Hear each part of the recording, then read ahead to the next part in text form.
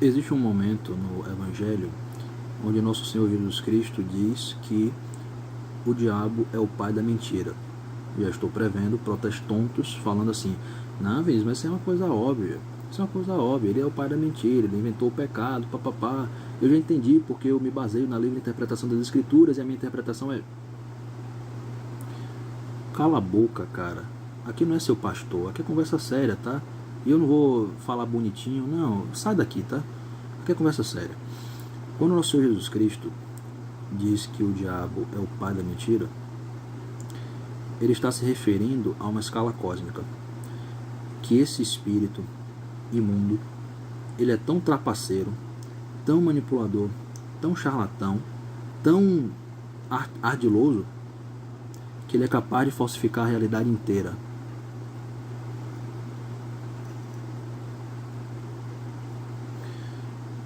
Posso dar inúmeros exemplos. Vamos começar, por exemplo, explicando o que significa um treco chamado sofisma, que é a pior armadilha intelectual. Sim, intelectual. Por quê? Porque o espírito, ele é feito de inteligência e vontade. Sim, o diabo, ele é feito disso, inteligência e vontade. É um espírito imaterial, né, que age também em nossas faculdades imateriais indiretamente. Por quê? Porque Deus não pode, ele não pode forçar a gente a pecar nem nada, né? Então, é por isso que vem as tentações, né? Tipo assim, ele age na nossa inteligência. Por quê? Porque nós também temos inteligência e vontade, que são fatores imateriais, né? Eu já expliquei isso em um vídeo em que eu detonei os ateus e tá lá, tá? Deixa eu não perder tempo. E aí, cara, esse espírito, ele usa de uma coisa que, assim, por que é terrível o que ele faz? Porque ele não precisa necessariamente te dar uma doutrina. Você sabe que, por exemplo, quando o cara vai formar bandido, né? Tipo assim, um comunista, ele vai militar pela causa revolucionária, ele precisa ocupar ou até invadir, assim, de forma mais pacífica, né? Entre aspas, para formar militantes. Como é que ele faz isso? Ele faz lá a doutrinação, ele censura pensamentos contrários, ele começa a se vitimizar, começa a falar de preconceito, coisas polêmicas e se faz de santo. O diabo, cara, ele não precisa nem sequer... Desculpa, peraí. Ele não precisa nem sequer... É que eu tô querendo espirrar, entendeu? Eu não sei editar vídeo, desculpa, tá? Eu não sei editar o vídeo, tá? Mas voltando. O diabo, ele não precisa dar uma doutrina, sabe? Construir sistemas teóricos, não. A arma que esse maldito usa sempre foi e sempre será a lógica. Na filosofia, existe uma falácia lógica chamada sofisma. E sofisma é quando a conclusão não tem nada a ver com a premissa. Como assim? O que é premissa? Premissa é uma espécie de prólogo, é uma espécie de transcendência da conclusão. Tipo assim, uma espécie de sofisma que eu posso aqui dizer de cara. O protestantismo. O protestantismo foi a pior... Pega aí as grandes revoluções da história, cara. Veja você, tá? As grandes revoluções da história. Sim, o diabo, ele é um revolucionário. Eu vou chegar aí, tá? Vamos pegar aqui por partes. O protestantismo, ele foi uma revolução. Revolução, não é reforma, tá? Isso também é outro sofisma. Revolução. Foi uma mudança radical, não só na igreja, como também na cristandade. Tá? Ou pseudo-cristandade, né? Porque para mim protestante é pagão, não é cristão na prática. Eu vou provar isso, tá? Vou provar isso. Eu não sou sofista, não preciso fazer isso. O que acontece? Uma das principais causas protestantes, né? Uma coisa principal no protestantismo foi a livre interpretação das escrituras e a sola escritura. E aí, cara, o Lutero, Calvino e seus seguidores, porque você sabe que o demônio também tem sua descendência, né? E o que acontece? Lutero, ele lutava, uma das principais pautas revolucionárias para mudar a igreja e a cristandade em geral era a infalibilidade papal. E aí, o que o cara me faz? Nos faz, né? Porque até hoje acontece. O que o cara nos faz? Vamos lutar contra a infalibilidade papal. Porque para nós nenhum humano é infalível, nós não podemos agir como deuses ou Deus. Faz um sentido, mas olha como ele desenvolveu isto, tá?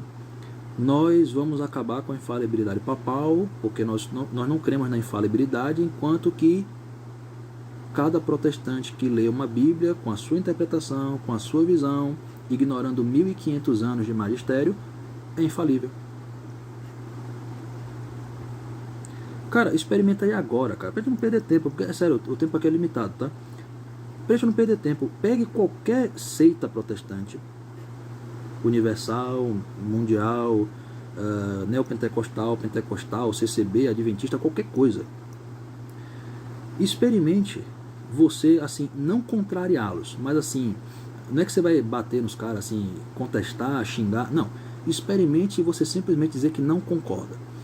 Você não precisa nem dar assim, um contra-argumento, só simplesmente discorde.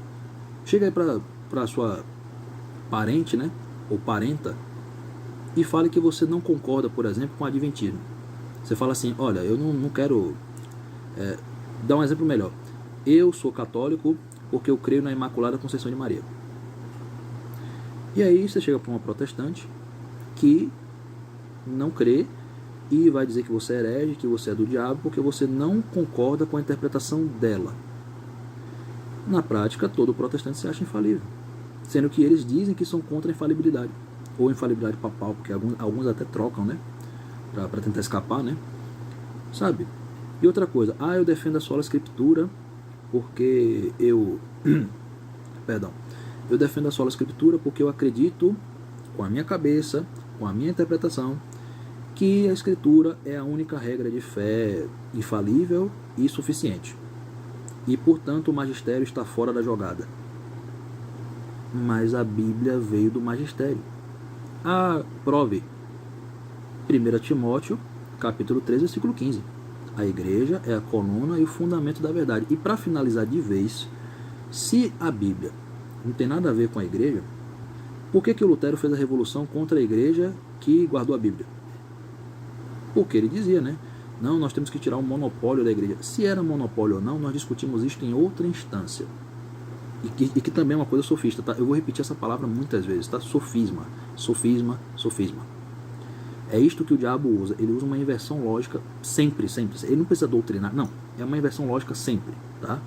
E dá certo, tá? Você tá vendo aí fora, dá certo. Eu vou chegar nos comunistas, eu vou chegar nos ateus, eu vou chegar em todo mundo, tá? E aí o que acontece?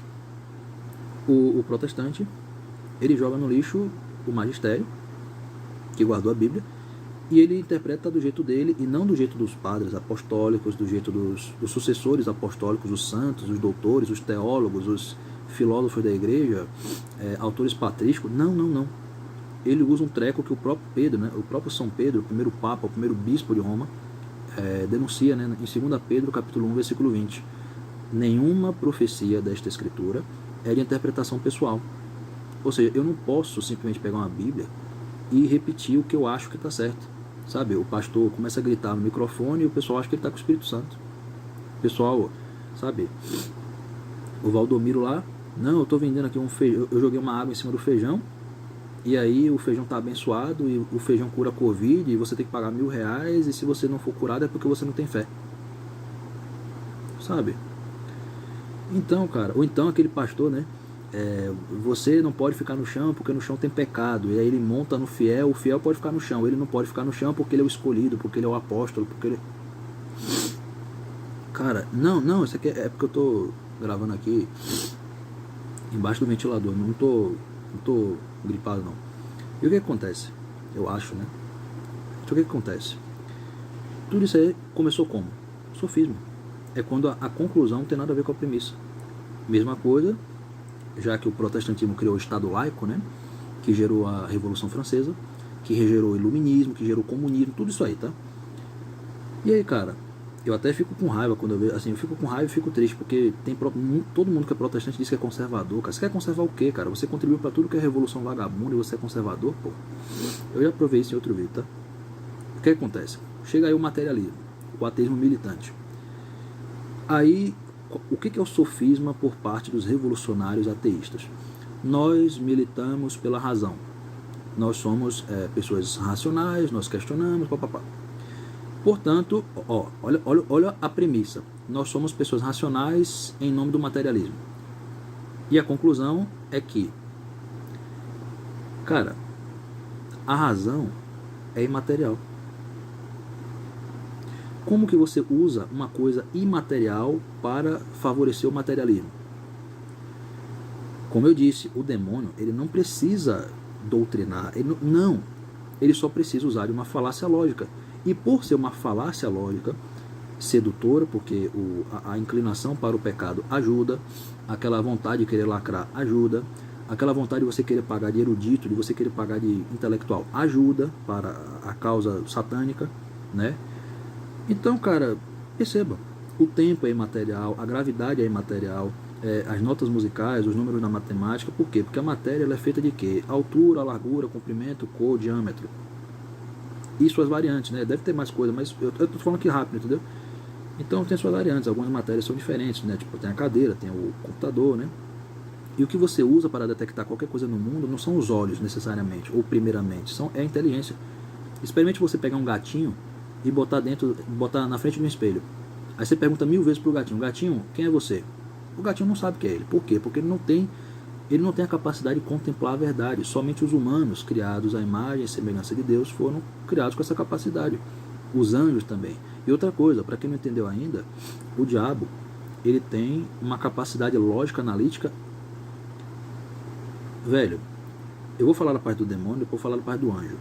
O demônio, ele conhece a natureza perfeitamente. Como assim, Vinícius? Porque o demônio, ele tem uma natureza angélica. E os anjos, a inteligência angélica é muito superior à nossa. Por quê? Porque o ser humano, ele detecta primeiro a função do objeto. Por exemplo, você está vendo aqui a câmera, né? Meu rosto, papapá, eu estou aqui vendo o celular. O celular, por que eu sei que aqui é um celular? Porque tem forma de celular e porque tem função de celular. Serve para gravar, serve para denunciar esses vagabundos, serve para, enfim, né? Serve para ligar, beleza, né? Agora, quando um anjo, demônio, anjo, é a mesma natureza, mas são diferentes, tá? Obviamente são diferentes. Quando um anjo olha para um celular, ele detecta, sobretudo e primeiramente, a essência do celular. Como assim a essência? A matéria. Tipo assim, qual é o material feito no celular? De que ele é feito? Quanto tempo vai durar? Qual é a validade? De onde veio? Quem foi que fez? Ele sabe. E assim, é uma sabedoria assim, quase instantânea. Tipo, ele, com a inteligência dele, com o espírito dele, ele detecta uma coisa na realidade e ele automaticamente, pela inteligência aguçada dele, sobrenatural, ele detecta. Ah, Vinícius, então ele prevê o futuro? Se ele sabe assim quanto é que vai durar? Não, tô falando que ele sabe assim de fábrica, né? Tipo, claro que se o cara tacar fogo no plástico, o plástico vai sumir, né? Mas vai deteriorar, enfim. Mas quando um anjo vê, detecta quando aquele plástico ali é feito, assim, de fábrica, ele sabe quanto tempo vai durar. Por quê? Porque o plástico pode ser resistente ao sol, pode ser resistente à chuva. Ele sabe, ele simplesmente sabe. E o diabo também sabe. E eu posso dar um outro exemplo. Você lembra do que você comeu um ano atrás? Um ano atrás, né? Não foi ontem, não. Um ano atrás. Você lembra de tudo que você comeu em tal dia, um ano atrás? Não, né? O diabo, ele lembra do que você comeu 20 anos atrás. Principalmente se isto foi um evento traumático. Por exemplo, você encheu a cara e aí você ficou tão ferrado que você pegou cirrose, alguma coisa assim, tipo, seu fígado se ferrou. Aí foi um evento traumático. Ele sabe perfeitamente as causas naturais. Qual é a diferença do demônio para o anjo? O demônio, ele só conhece a natureza, ele não conhece as coisas de Deus, ele não conhece ele não vê nada de bom em você. Como ele está no inferno, ele perdeu Deus, ele perdeu a visão das coisas boas. Por quê? Porque o que nos leva a detectar coisas boas na realidade é a graça de Deus, né? É o próprio Deus que nos dá a graça, independente de você ser ateu, né? O ateu, ele só recebe uma graça assim natural. O cristão, o cara que é batizado, que segue, que está em estado de graça santificante, que frequenta os sacramentos, que renuncia ao pecado, os vícios, as maldades, os maus companheiros, enfim, né? Ele tem uma graça sobrenatural dentro dele, ele tem uma capacidade muito, muito, muito maior de amar. E aí o ateu, ele também tem graças, mas é uma graça assim inferior, é uma graça puramente natural. O ateu, ele não faz necessariamente caridade, ele faz assim filantropia. Ele ajuda assim o ser humano, basicamente por quê? Porque é um ser humano, você não quer ver ele assim, você está se colocando no lugar dele, mas é uma coisa puramente natural. É uma coisa puramente assim, é meio que um instinto, assim, é um amor, só que um amor assim, básico, melhor dizendo, né? Então o ateu, ele não tem necessariamente méritos diante de Deus. Pô, você é ateu, você nem crê que Deus existe, você quer que Deus lhe parabenize assim 100%? Claro que não. Deus até usa você, Deus até pode usar você, aquilo ali, para te converter, enfim, né? Mas você não tem necessariamente méritos, você é um mero instrumento. Por enquanto, tá? Por enquanto. Né? Eu rezo para que os caras se convertam, né? Principalmente os ateus assim, honestos, porque para mim ateu honesto não é aquele que estuda evolucionismo, não, para mim ateu honesto, assim, inteligente mesmo, é o cara que mesmo ele não acreditando, ele reconhece sim que os valores cristãos são muito importantes, cara. O catolicismo criou o Ocidente assim por 2000 anos. E aí, ó, botaram o secularismo num lugar, botaram aí ateísmo militante, comunismo, protestantismo no lugar. A Europa agora virou islâmica. A Europa virou secularista. O aborto foi liberado na França. Aí o que é que deu? E não adianta botar a culpa na igreja. Por quê? Porque a igreja todo santo dia fala: meu filho, não traia a sua esposa, não encha a sua cara, não assista pornografia, porque isso aí vai te escravizar, isso aí vai te deixar um animal no cio, você vai virar um cara que não vai usar a razão, sabe? Você vai ficar escravo do pecado. Mas se eu falo isso pro ateu, ah, mas você está me julgando, você é moralista. O cara nem sabe que existe diferença entre catolicismo e protestantismo, o cara nem sabe disso. Mas voltando aqui a explicação, né? Porque o tempo aqui já está grande, né? Eu não quero chegar aos 20 minutos não, cara. Vai ficar grande isso aqui, tá? Então o demônio é assim que ele engana todo mundo. Tipo, ele usa de falácias lógicas. Ele usa a lógica assim em tudo. Ele sabe que a melhor estratégia para enganar as pessoas é você distorcer a lógica. Por quê? Porque a inteligência, o princípio da inteligência é a lógica. O princípio da verdade é a lógica. E o principal critério para evidenciar ou provar qualquer coisa não é a ciência, é a lógica, porra. Você tá vendo aqui minha cara, né? Pronto, você tá vendo meu rosto. Se eu falar que o meu rosto é um avião, tipo, você tá vendo meu rosto, você tá vendo que é material. A ciência trabalha sobretudo com matéria. Mas se você tá vendo meu rosto, você vai dizer que é um avião? Você vai dizer que é um camelo? Não. Por quê? Porque o primeiro critério é a lógica. De que adianta você ser inteligente se tudo que você tem na cabeça é merda, se tudo que você tem na cabeça não faz sentido? Essa é a mentalidade revolucionária. Essa é a mentalidade ateísta, mentalidade protestante. Não faz sentido, não se sustenta. Acabei de provar aqui. Sabe? Então, logicamente, tá? De novo, não precisei nem citar aqui dados sociológicos, arqueologia, não precisa nem chegar lá. E é assim que o diabo engana vocês. Ele não precisa também chegar lá. É só mandar um sofisma. E se você não cair, ok, persevere, pá. Mas vai chegar uma outra hora que ele vai mandar um outro sofisma. E se você está discordando de mim, cara, apresente argumentos sérios. Por quê? Porque isso também é outro sofisma. Você querer discutir uma coisa que você não leu. Ou então, o cara fala assim: não, Vinícius, mas você tem que chegar lá na igreja e falar. Como é que eu vou chegar na igreja e falar? É a mesma coisa de fazer. Eu tô falando assim, igreja protestante, né? Eu sou católico, tá? E aí, tipo assim, você vai ter que falar isso para os protestantes, você vai ter que chegar lá na seita, né, do Edir Macedo e falar. Mas, cara, é a mesma coisa de eu falar que assim, se você é contra pornografia, então você vai ter que pregar num puteiro. Mas se eu sei que os caras estão caindo naquilo por fraqueza, porque é instinto animal, porque é a tendência da carne, papapá, e que é pecado, tá? Pecado mortal, né? Sabe? Tipo assim, se eu não posso ir pra lá, se eu não posso ver aquilo, se eu não posso, sabe? Então por que eu vou pra lá? Se, tipo assim, é a mesma coisa um padre que prega a favor da castidade, a favor da fidelidade, a favor do casamento, e o cara vai ter que pregar no puteiro. Se ele tá vendo que não é pra ir pra lá, então isso é outro sofisma. É quando a premissa não tem nada a ver com a conclusão. Ou melhor, a conclusão não tem nada a ver com a premissa. Tipo, eu sou contra a pornografia, logo... Tipo, eu sou contra ver pornografia. E aí, para converter os caras, eu tenho que acessar esse site pornográfico para convencer os caras, tipo, sempre que tudo que aparece lá é pornografia. Sabe? É sofisma. Sabe? Mesma coisa é o pessoal assim... Como é que é? O pessoal aí, os moleques, né? Que desonram pai e mãe. Não, você tem que... Sabe? Você tem que ser rebelde, você tem que ser você mesmo, porque... Tipo assim, você tem que pensar com a sua própria cabeça. Cara...